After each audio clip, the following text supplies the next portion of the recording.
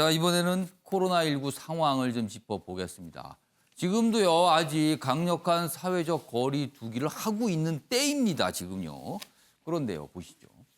부활절 예배 늘고 KTX 이용 13% 증가했습니다. 느슨해진 거 아니냐, 지금. 이런 지적이 나오고 있는 겁니다. 나들이 고속도로 통행량도 뛰어, 그리고 일부 교회 단속 요원과 마찰을 빚기도 했다.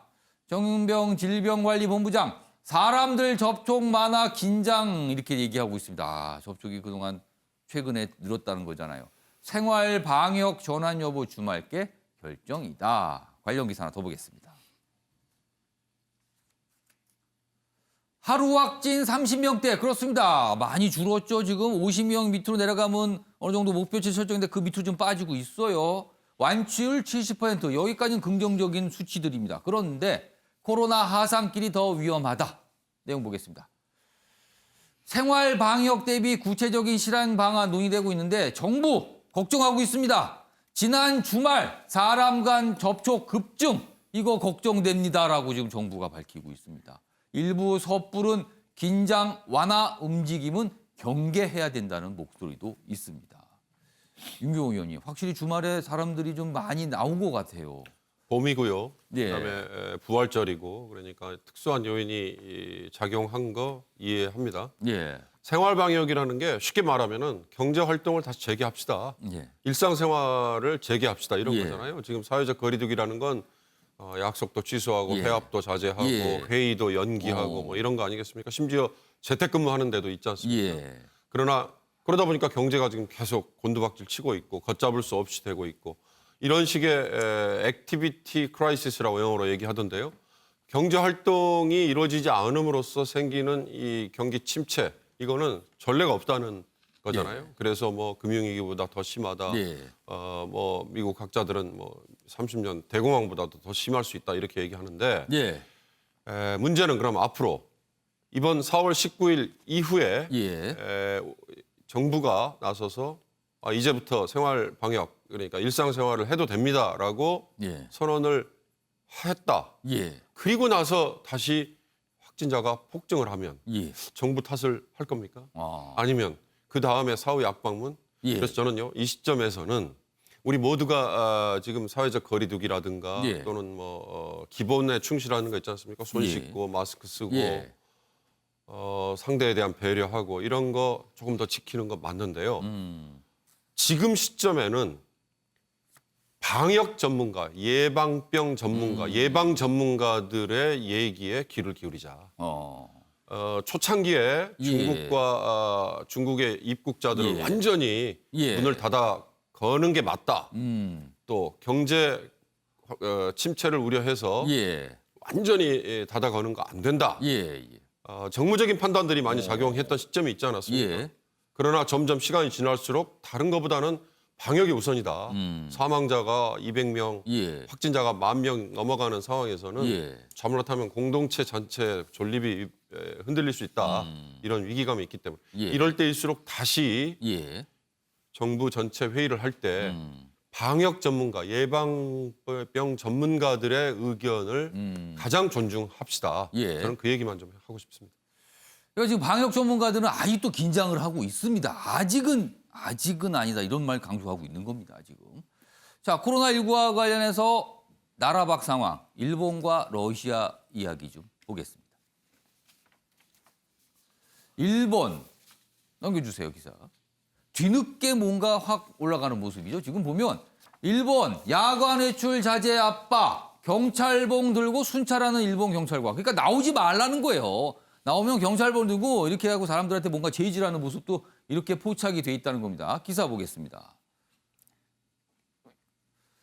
코로나 뚝 무너진 일본 이번 주 감염자 1만 명, 10,000명 돌파할 듯. 지금 보면요.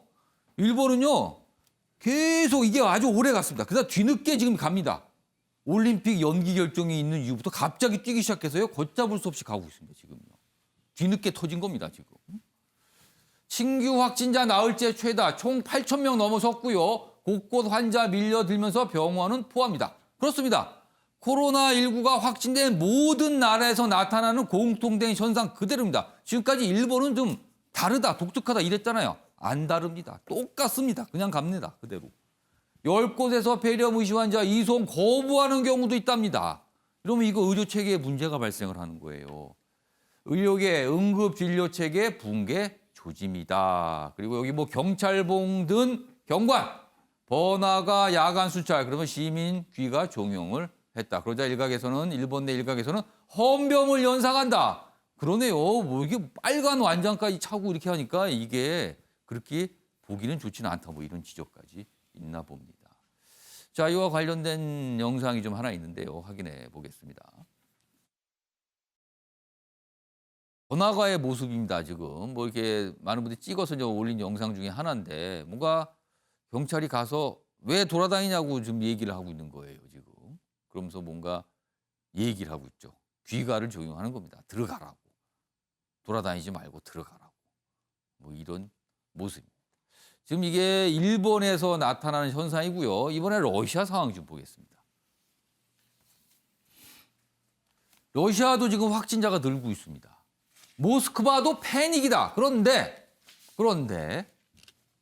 푸틴 대통령 아닙니까? 푸틴마저 엑소더스. 대통령이 엑소더스라고요. 하루에 2천여 명 확진, 수용 능력을 넘어서고 있다. 푸틴 대통령 총리에게 책임을 떠넘기고 본인은 교회로 빠져나갔답니다. 모스크 밖으로. 내용 좀 보겠습니다. 자, 이 언론 보도에 따르면 초기 대응 실패에 대한 비판 여론에 휩싸인 푸틴 대통령, 모스크바 시장과 총리에게 사태 수습을 떠넘긴 채 모스크바를 떠나 교회 저택에 머무는 중이라고 합니다. 국가 위기 상황을 맞을 때마다 진두지휘하고 하던 모습과는 대조적이다. 뭐가 있으면 난 말 타고 다니고 얼음 속에 들어가고 막 그랬잖아요. 그 모습 다 어디 간 겁니까? 모스크바를 떠나서 이거 숨어 있는 거 아닙니까? 이거는요. 이런 모습까지 러시아에서 포착이 되고 있다고 합니다. 김상희 평론가. 네. 이 지도자란 무엇인가? 그리고 이 방역이 일본도 그렇고 러시아도 그래요. 뭔가 비판을 뒤늦게 받고 있거든요. 방역에 정치가 들어가서 오염을 시키면 어떤 일이 벌어지는가? 이걸 또 보여주는 것 같습니다. 지금요. 그렇죠. 이제 책임감이 없는 지도자가 있을 경우에 그 예. 혼란이 국민에게 어떤 식으로 그 폐해로 다가가는지를 잘 보여주는 모습들이라고 봐요. 예. 이게 두 가지 모습이. 그렇기 때문에 일본 같은 경우는 뒤늦게나마 이제라도 예. 이게 증상이 발현되는 기간 2주 동안은 예. 강하게 막아야지만 예. 초기에 보이지 않는 감염, 무증상 감염의 그 역학조사가 불가능한 상태에서 예. 그런 극약 처방이 필요하다고 생각을 해서 그렇게 그나마 하는 것 같은데 예. 근데 푸틴 같은 경우는 정말 어. 그런 어떤 상황에 대한 대처도 없이 자기가 도시를 떠나 있다? 그러니까요. 아, 이거는 정말 아무리 러시아가- 위험하지만 대통령이 최고 지도자인데 그 도시를 벗어나 있다. 그렇죠. 이게 가장 무서운 것이 모든 사람들에게 예측 불가능한 미래가 가장 두려운 건데 예. 예측 불가능한 미래를 지금 안겨주고 있는 거고요. 저렇게 되면 잘못하면 예. 좀 약간 굉장히 과격하거나 뭐 이런 상황이 전개될 수도 있는 상황이 올 수도 있어요. 그렇기 때문에 조금 지금이라도 좀 약간 참모들하고 의논해서 좀 정신을 조금 차리시는 게 좋지 않을까 싶습니다. 아니 본인이 모스크바를 빠져나갔으면 모스크바에 머물고 있는 시민들은 어떻게 하라는 거죠? 그러면은 그러고 보니까 얼마 전에 푸틴 대통령 모습이 포착된 사진이 한 장 있었는데요. 어느 병원에 의사들을 격려하기 위해서 의료진을 격려하기 위해서 방문하는데 완전 방호복을 쓰고 갔습니다. 통상 국가 지도자 아무리 위험 상황에도 마스크 정도만 쓰고 가는 게 보통이거든요. 완전 방호막으로 중무장을 하고 방호복을 입고 갔어요. 그리고 본인은 지금 모스크바를 떠나 있다는 겁니다. 자, 아무튼 뭐 우리나라 아니지만요. 아무튼 이런 상황 지적받고 있습니다. 각국에서요. 자, 이번에 마지막 기사가 될 것 같은데요. 다음 기사 보겠습니다. 조주빈, 사람들이 열광에 제어 못했다. 지금 이전 기소가 되죠, 오늘. 오늘 기소 예정입니다. 그래서 재판이 넘겨지는 겁니다.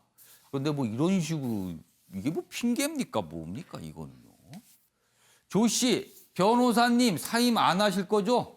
마약 소지 판매 의심은 억울하다. 또 이렇게 뭐 얘기도 한답니다. 자기를 보호해달라는 거죠. 끝까지 변론해달라고. 구속기간 만료 오늘 재판 회부됩니다.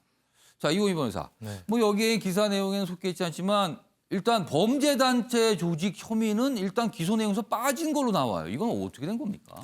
네, 검찰에서 증거를 예. 들여다보고 대질 등 여러 이제 공범들의 조사를 펼친 결과 어떤 지휘 통솔 체계까지 조직적으로 구성했던 것은 아닌 것으로 보인다. 일단 지금까지 드러난 증거만 봤을 때에는 어떤 범죄 단체를 조직했고 어떤 하나의 강령에 의해서 조직적으로 이루어진 범죄다라고 보기에는 좀 부족한 부분이 있다라고 검찰에서 판단한 것 같아요. 예. 그래서 이 부분을 일단은 지금 이제 구속기간 만료가 되기 때문에 기소를 먼저 해야 돼서 예. 범죄단체 조직죄나 가입활동죄는 넣지 않고 일단은 기소를 하는데 예. 여기에서 재판으로 넘어가지만 예. 추가 조사 그리고 계속해서 수사를 펼치면서 어떤 증거가 확보가 된다든지 자금 흐름에서도 그런 증거가 확보될 경우에는 추가 기소를 할 수도 있다 이런 입장으로 보입니다. 좀 더 기다려봐야 되는 상황이다 이렇게 좀 들리네요. 그렇습니다. 알겠습니다. 자, 그럼 마무리하겠습니다. 곳곳에 사람이 늘고 있습니다. 거리에 자동차도 꽤 많이 다닙니다. 강력한 사회적 거리두기를 하고 있는데 좀 느슨해지는 분위기가 포착됩니다. 그러자 방역 당국이 걱정을 하고 있습니다. 이러다가 확진자가 돌연 폭증한다면 그간 노력이 다 허사가 되기 때문이죠. 코로나19는요, 경험해보지 못한 병입니다. 지금은요, 조금만 더 참아야 할 때입니다. 나를 위해서나 또 가족을 위해서나 말이죠. 4월 13일 아침의 매일경제, 오늘은 여기서 마치겠습니다.